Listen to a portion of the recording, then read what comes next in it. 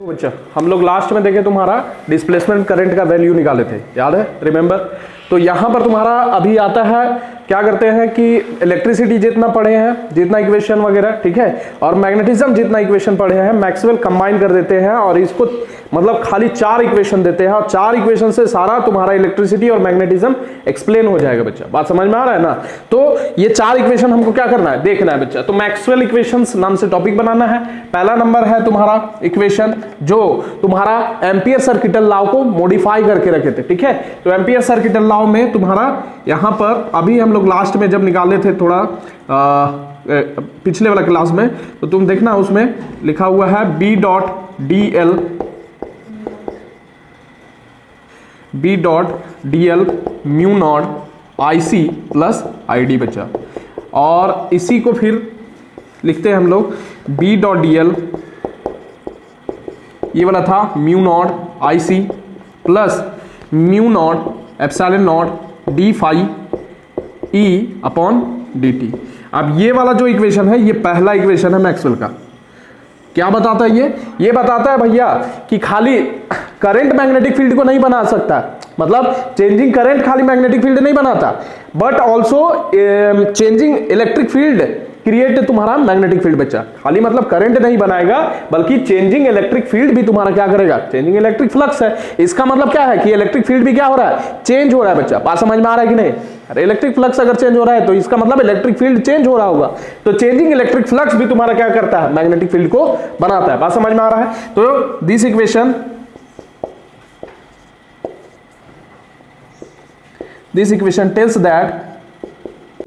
Tales that तुम्हारा बच्चा कि not only current creates magnetic field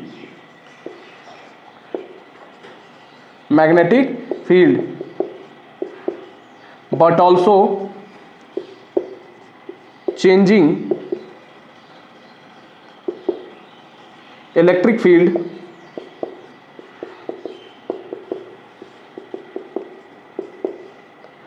creates या produces, creates के जगह पर produces लिख लो, produces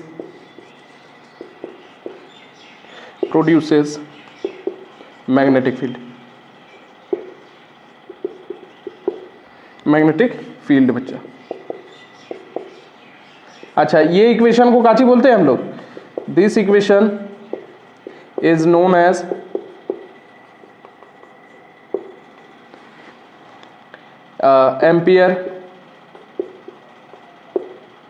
ampere Maxwell equation,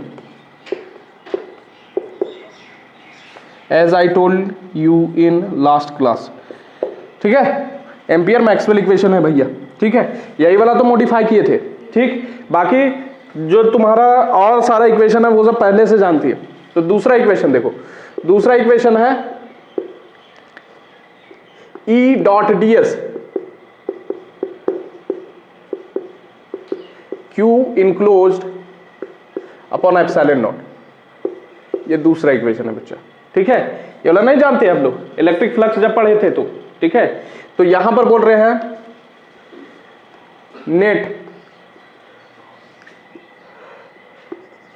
net electric flux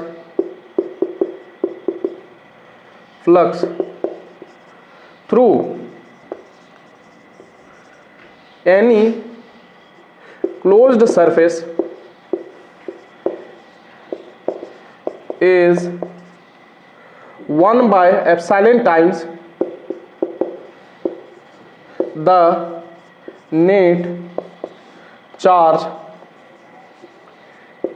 enclosed by the surface। बात समझ में आ रहा है। यही वाला तो था तुम्हारा गॉस लॉ इन इलेक्ट्रोस्टैटिक, ठीक है। बात समझ में आ रहा है कि नहीं। ये दूसरा इक्वेशन है गॉस लॉ इन इलेक्ट्रोस्टैटिक का, मतलब net electric flux through any close surface, कोई भी क्लोज सरफेस से जो नेट इलेक्ट्रिक फ्लक्स होगा वो कितना होगा, 1 by epsilon not times Q charge जो इनक्लोज कर रहा है सरफेस उसका, ठीक है, तो ये वाला चीज हो गया। अच्छा, इससे क्या पता चलता है? इससे पता चलता है कि तुम्हारा चार्ज जो है आइसोलेटेड चार्ज हो सकता है, मिल सकता है। जैसे तुम्हारा मैग्नेटिक फील्ड में देखे थे कि आइसोलेटेड चार्ज नहीं होता था, ठीक है, मतलब मोनोपोल एग्जिस्ट नहीं करता था, लेकिन इलेक्ट्रिक फील्ड वाला में देखे थे सिंगल सिंगल चार्ज एग्जिस्ट कर सकता है। कहने का मतलब क्या है? प्लस क्यू चार्ज अलग एग्जिस्ट कर सकता है, नेगेटिव चार्ज अलग एग्जिस्ट कर सकता है, ठीक है। तो आइसोलेटेड चार्ज कैन एग्जिस्ट, इस सबसे पता चलता है। लिखना चाहो तो लिख सकता है, isolated charge can exist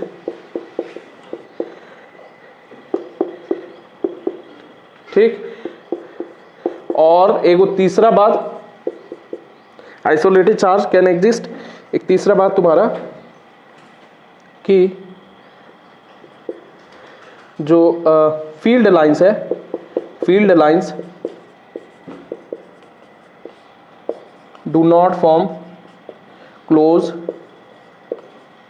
loop. मतलब ये तुम्हारा डिसकंटिन्यूअस होता था बच्चा। याद करो कि तुम्हारा इलेक्ट्रिक फील्ड कहां से निकलता था? पॉजिटिव से निकलता था और नेगेटिव पर टर्मिनेट हो जाता था। इसका मतलब क्या है कि कॉन्टिन्यूअस नहीं है। अगर तुम्हारा कॉन्टिन्यूअस होता तो पॉजिटिव से निकलता, फिर नेगेटिव पर टर्मिनेट होता, नेगेटिव जाता, फिर नेगेटिव से पॉजिटिव जाता, तो इस तरह से घूमता रहता है, तो कॉन्टिन्यूअस फॉलो करता है इलेक्ट्रिक फील्ड लाइंस। लेकिन ऐसा नहीं है, देखते क्या है कि पॉजिटिव से ज्यादा निकलता है और नेगेटिव पर क्या हो जाता है? टर्मिनेट हो जाता है। इसका मतलब फील्ड लाइंस क्या है? डिसकंटिन्यूअस है बच्चा। कॉन्टिन्यूअस होता तो पॉजिटिव से निकलता, नेगेटिव पर जाता, नेगेटिव से फिर पॉजिटिव जाता।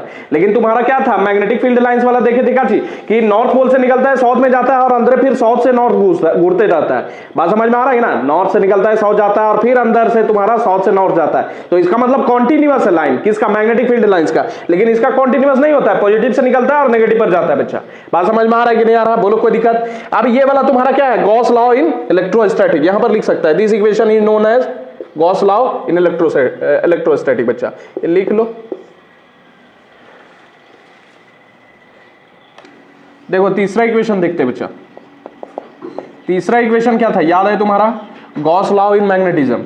ये क्या होता था? B dot ds is equal to 0। ये तीसरा इक्वेशन है भाई। मतलब magnetic flux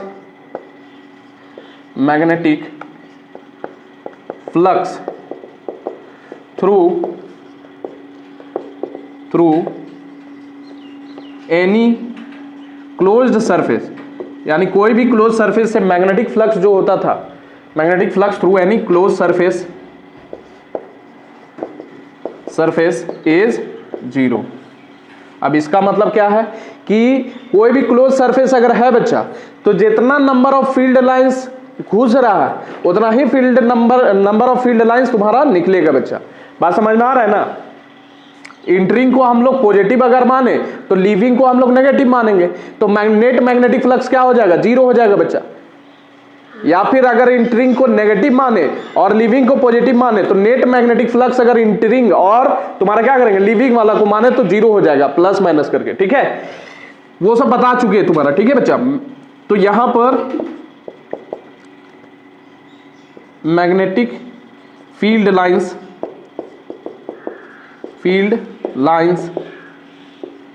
entering the surface, यहां पर नंबर ऑफ फील्ड लाइंस लिख देते हैं, number of entering the surface is equal to number of field lines leaving that surface।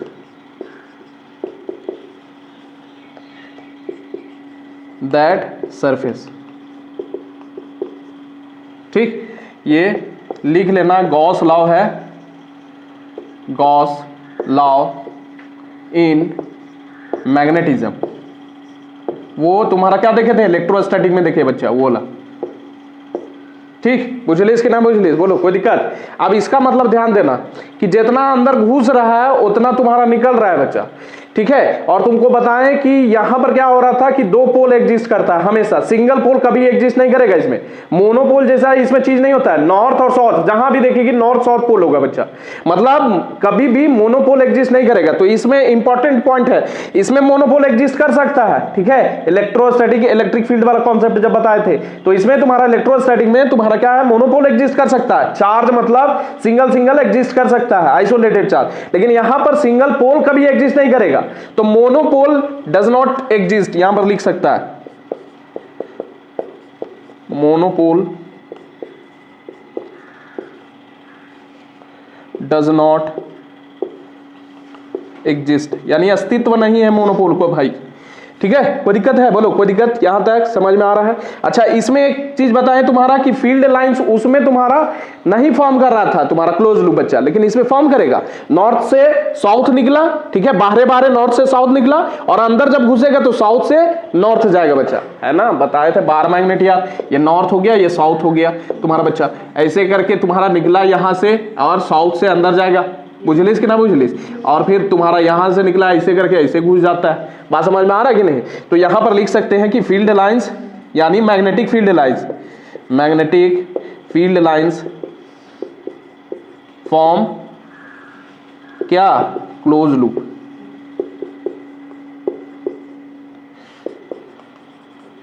बुझलिस, ये वाला उधर मिटा दे, इधर मिटा देते।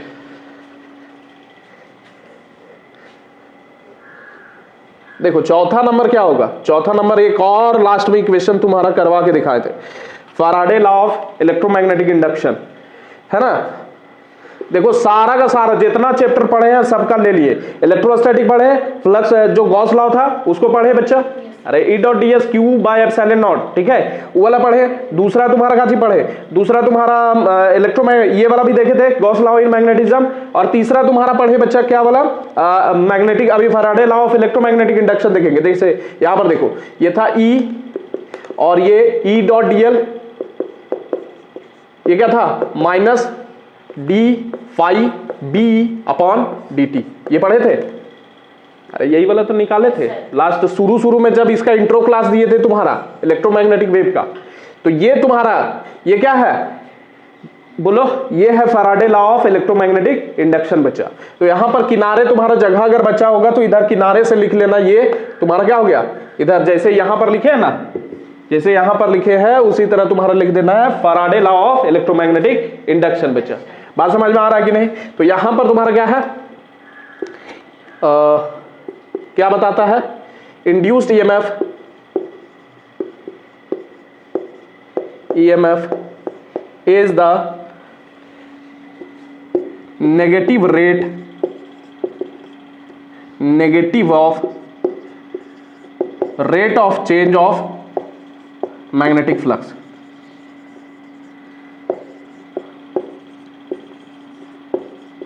मैग्नेटिक फ्लक्स बच्चा देख रहा है ना, इंड्यूस ईएमएफ जितना है वो तुम्हारा क्या है, negative of rate of change of magnetic flux है बच्चा, ठीक है। ये सब कर चुके हैं। तो ये मैग्नेटिक तुम्हारा क्या हो गया, ये इक्वेशन तुम्हारा क्या बोलते हैं इसको, बोलो Faraday law of, Faraday's law of electromagnetic induction बच्चा। वहीं पर लिख सकता है एरो करके,